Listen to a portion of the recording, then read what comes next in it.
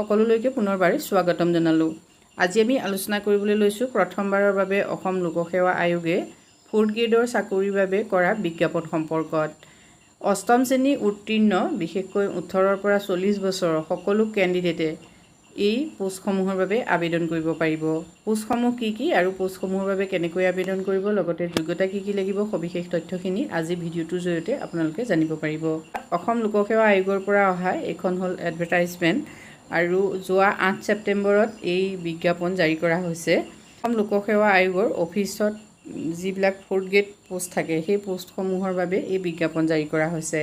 ইয়াত পোষ্টৰ সংখ্যা হ'ল 20টা আৰু তাৰে 10টা পোষ্ট ওপেন কেটেগৰীৰ বাবে ৰিজাৰ্ভেশ্যন আছে আৰু OBC MOBCৰ বাবে আছে 5টা, টি ট্ৰাইবছৰ বাবে আছে 1টা আৰু SCৰ বাবে 2টা আৰু ST প্লেইনৰ বাবে 1টা, ৰিজাৰ্ভ ফৰ ST হিলছৰ বাবে 1টা। সৰ্বমুঠ পদৰ সংখ্যা হ'ল 20টা। যদি আপোনালোকে এই পদসমূহৰ বাবে আবেদন কৰিব বিচাৰে তেতিয়াহ'লে 10/9/2025 পৰা অৰ্থাৎ কাইলৈৰ পৰা অনলাইন ষ্টাৰ্ট হ'ব আৰু লাষ্ট ডেট হ'ল 9/10/2025। পদসমূহৰ পে স্কেল হ'ল 12,000 টকাৰ পৰা 52,000 টকা আৰু গ্ৰেড পে হ'ল 3,900 টকা। পে বেণ্ড হ'ল 1। পদসমূহৰ বাবে অসমৰ যিসকল পাৰ্মানেণ্ট ৰেচিডেণ্ট তেওঁলোকে আবেদন কৰিব পাৰিব আৰু মিনিমাম যিটো এডুকেশ্যনেল কোৱালিফিকেশ্যন সেইটো হ'ল ক্লাছ 8 আৰু মেক্সিমাম হ'ল ক্লাছ 12।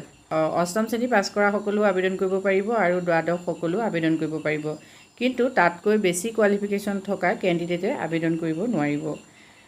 18 বছৰৰ পৰা 40 বছৰৰ ভিতৰৰ সকলোৱে এই পদসমূহৰ বাবে আবেদন কৰিব পাৰিব, কিন্তু ৰিলেক্সেশ্যন যিহেতু সকলো চৰকাৰী চাকৰিতে থাকেই, গতিকে SC ST কেণ্ডিডেটে 45 বছৰ হ'লেও আবেদন কৰিব পাৰিব। অৰ্থাৎ 5 বছৰ SC ST কেণ্ডিডেটৰ বাবে ৰিলেক্সেশ্যন থাকিব, OBC MOBC আৰু টি ট্ৰাইবছ কমিউনিটি কেণ্ডিডেটৰ বাবে থাকিব 3 বছৰ আৰু অৰ্থাৎ দিব্যাংগসকলৰ বাবে 10 বছৰ। 2টা ফেজত ছিলেকশ্যন হ'ব।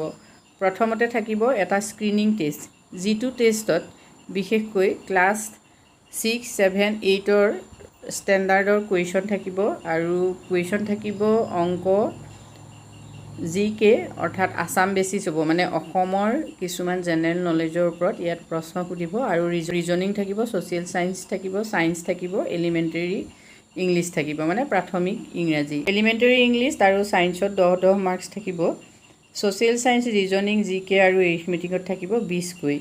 ফেজ 2ত হ'ব ইণ্টাৰভিউ। যিসকল কেণ্ডিডেটে স্ক্ৰিনিং টেষ্টত কোৱালিফাই হ'ব সেইসকল কেণ্ডিডেটক ইণ্টাৰভিউৰ বাবে মতা হ'ব আৰু এটা পোষ্টৰ বাবে 5জনকৈ কেণ্ডিডেটক মতা হ'ব ইণ্টাৰভিউ দিবলৈ। এপ্লিকেশ্যন ফিজটো আপোনালোকে চাই লওক। জেনেৰেলৰ হ'ল 47.20, OBC MOBCৰ একেই 47.20 আৰু SC ST BPL PWD কেণ্ডিডেটৰ বাবেও 47.20 হয়। এতিয়া এই পদসমূহৰ বাবে আপোনালোকে কেনেকৈ আবেদন কৰিব? APSC ৱেবছাইটত গ'লে আপোনালোকে পদসমূহৰ বাবে আবেদন কৰিব পাৰিব।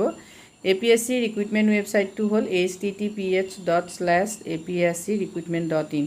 এইটো ৱেবছাইটত গৈ আপোনালোকে আবেদন কৰিব পাৰিব। এতিয়া আবেদন কৰিবলৈ যাওঁতে আপোনালোকে কি ডকুমেণ্টছ লাগিব সেই সম্পৰ্কতো সম্পূৰ্ণ তথ্যখিনি এই ন'টিফিকেশ্যনখনত আছে। যদি আপোনালোকে সম্পূৰ্ণ তথ্যখিনি চাব খোজে তেতিয়াহ'লে ভিডিঅ'ৰ ডেছক্ৰিপশ্যন বক্সত আপোনালোকে ন'টিফিকেশ্যনখন চাই ল'ব পাৰিব। আজিলৈ ইমানেই, ধন্যবাদ।